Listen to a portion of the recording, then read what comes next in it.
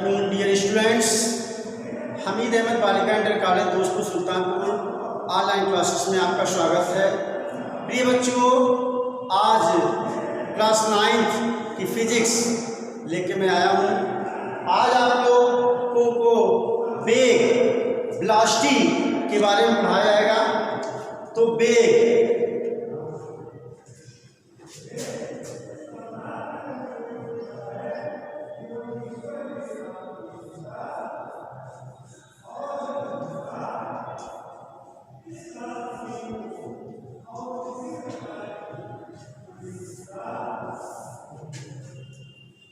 किसी गतिमान वस्तु के एकांक समय में निश्चित दिशा में चली गई दूरी को वेग कहते हैं। किसी गतिमान वस्तु किसी गतिमान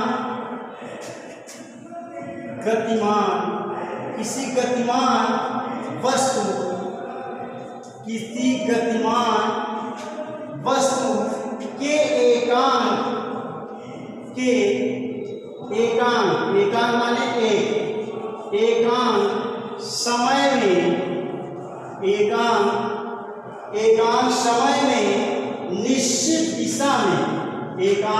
माने एकांक समय में निश्चित दिशा में निश्चित दिशा में किस दिशा में निश्चित दिशा में चली गई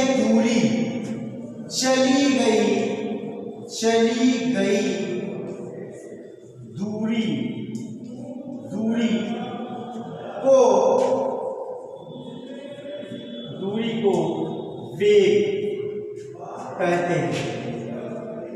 वेग कहते हैं। किसी गतिमान वस्तु के एकांक समय में निश्चित दिशा में चली गई दूरी को वेग कहते हैं। वेग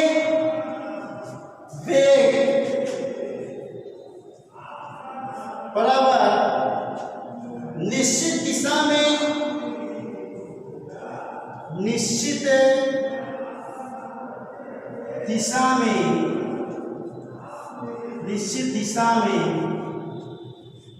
तय की गई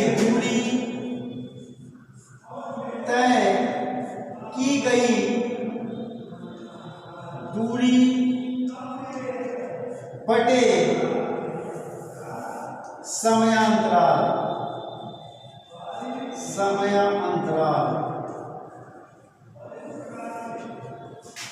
एक फार्मूला ये है। दूसरा,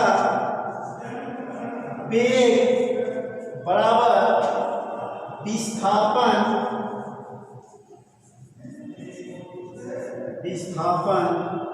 बटे समयांतराल।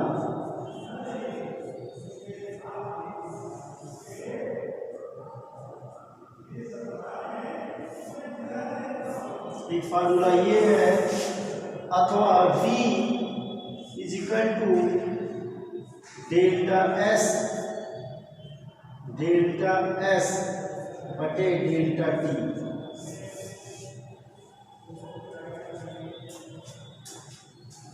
प्रिय बच्चों, वेग को इंग्लिश भाषा में वेलोसिटी कहा जाता है।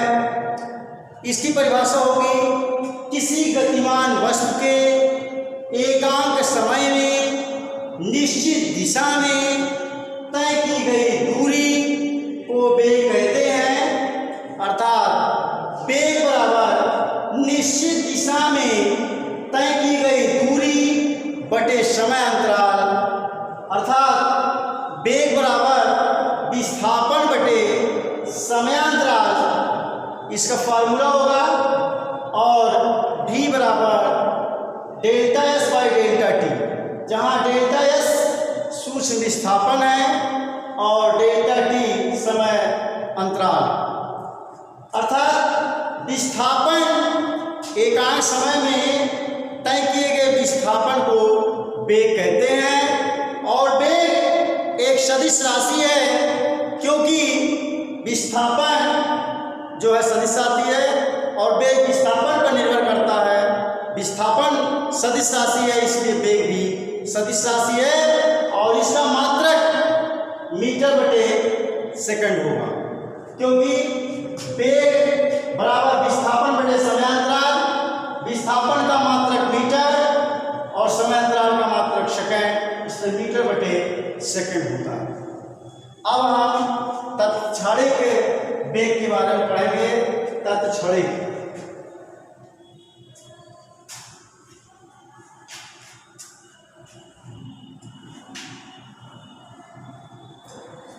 तात्क्षणिक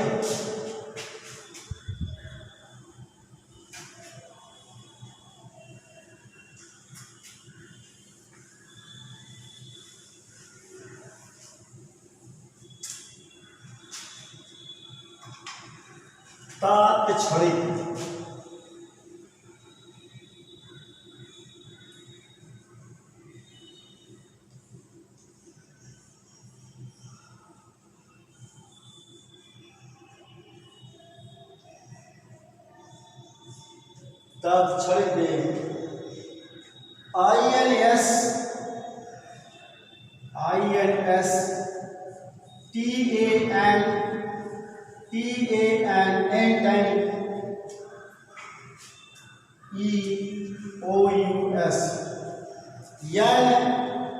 NEOUS velocity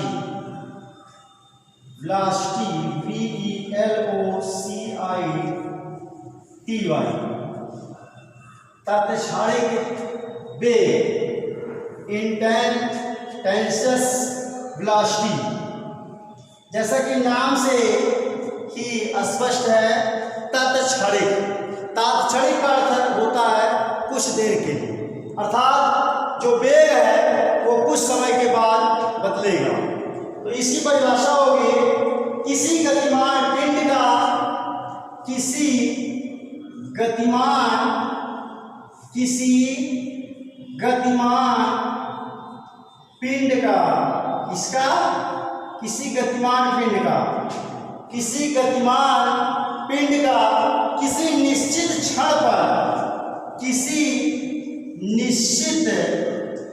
निश्चित क्षण पर क्षण माने पल, क्षण पर किसी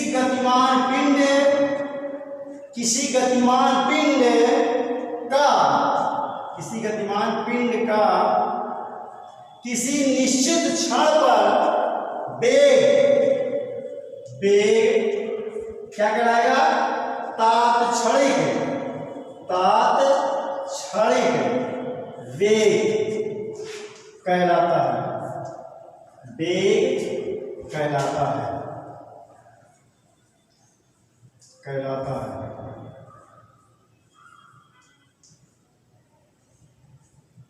प्रिय बच्चों, तात्क्षणिक वेग इंस्टेंटेनियस वेलोसिटी किसी गतिमान पिंड का किसी निश्चित क्षण पर वेग तात्क्षणिक वेग कहलाता है। जैसा कि नाम से ही स्पष्ट है, तात्क्षणिक अर्थात पल भर में उसका वेग जो है चेंज हो, परिवर्तित हो, प्रत्येक क्षण वेग परिवर्तित हो, उसे तात्क्षणिक वेग कहेंगे। अब हम पढ़ते हैं त्वरण के बारे में। इसके बारे में त्वरण के बारे में, त्वरण इसको इंग्लिश में एक्सेलरेशन कहा जाता है। क्या कहा जाता है? एक्सेलरेशन त्वरण।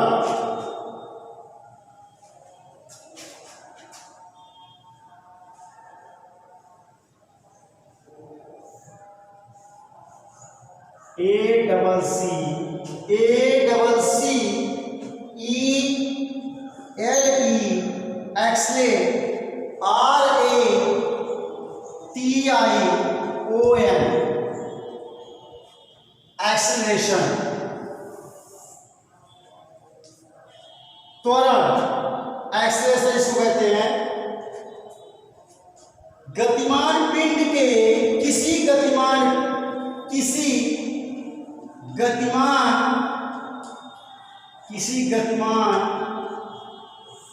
पिंड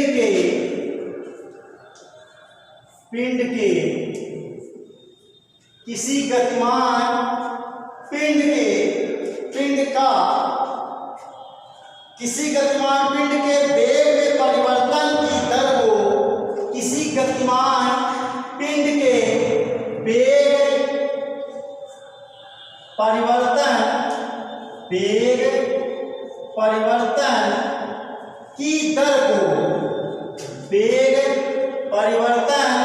की दर को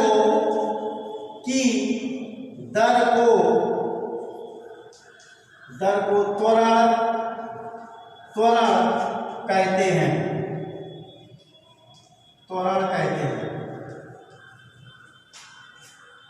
किसी गतिमान पिंड के वेग परिवर्तन की दर को त्वरण या एक्सेलरेशन कहते हैं। क्या कहते हैं? त्वरण कहते हैं। माना किसी वस्तु का प्रारंभिक वेग u तथा अंतिम वेग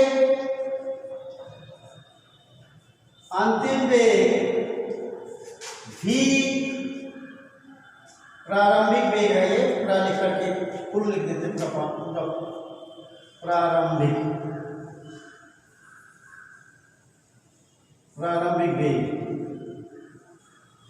प्रारंभिक वेग u तथा अंतिम वेग v है, तो त्वरण बराबर वेग में परिवर्तन बटे समयांतराल।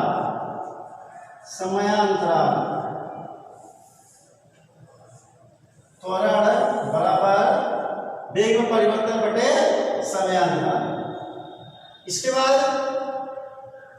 A equal to v minus u बटे डेल्टा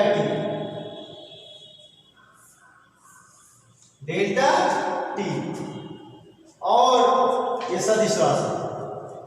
प्रिय बच्चों, त्वरण को अंग्रेजी भाषा में एक्सेलरेशन कहा जाता है। किसी गतिमान पिंड के वेग परिवर्तन की दर को त्वरण कहते हैं। चूंकि यहाँ पे वेग परिवर्तन की बात आ रही है, इसलिए यहाँ पे दो वेग होंगे, एक प्रारंभिक वेग और एक अंतिम वेग।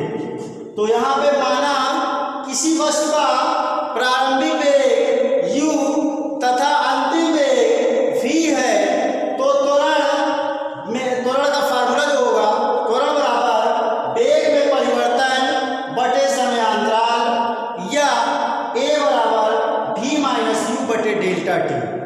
जैसा कि आप लोग जानते हैं कि वेग को इंग्लिश में वेलोसिटी कहा जाता है, तो इसको कैपिटल v से दर्शाएंगे, और त्वरण को अंग्रेजी में एक्सेलरेशन कहते हैं, इसलिए इसको a से दर्शाएंगे। अब त्वरण आपका दो प्रकार का होता है, एक धनात्मक त्वरण और एक ऋणात्मक त्वरण। तो धनात्मक त्वरण माने जब त्वरण वेग परिवर्तन में बढ़ोतरी हो तो धनात्मक त्वरण, और जब वेग में घट रहा हो, जब वेग का जो घट रहा वेलोसिटी घट रही हो, तो आपका मंदन कहलाएगा। तो मंदन की परिभाषा पढ़ेंगे। मंदन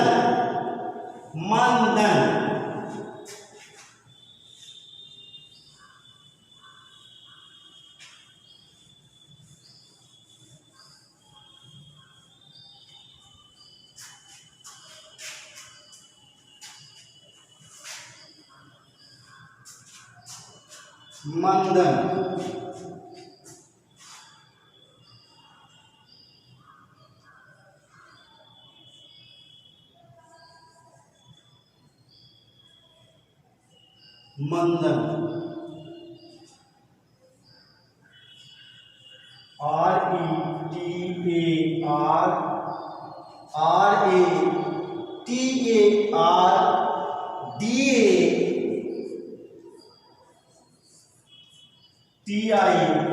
RETARDATION, रिटार्डेशन, मंदन।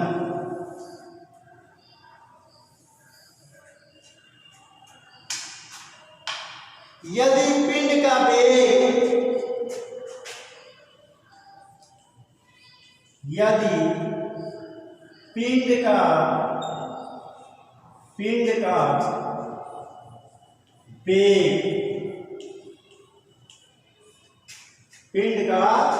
वेग समय के साथ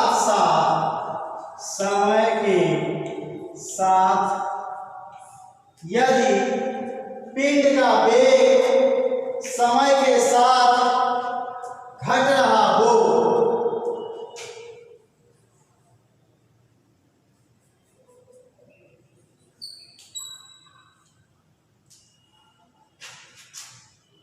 रहा हो, तो उसे हम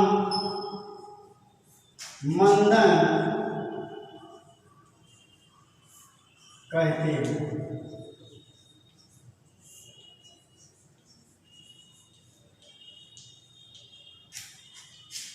प्रिय बच्चों, मंदन, रिटार्डेशन, इसकी परिभाषा होगी यदि पिंड का वेग समय के साथ साथ घट रहा हो तो उसे हम मंदन कहते हैं, तो आज आप लोगों ने वेग, तात्क्षणिक वेग, त्वरण और मंदन के बारे में पढ़ा। यहाँ पे मंदन जो शब्द है ये ऋणात्मक वेग को दर्शाता है, अतः इसे -a से प्रदर्शित करते हैं, इसे -a से प्रदर्शित करते हैं।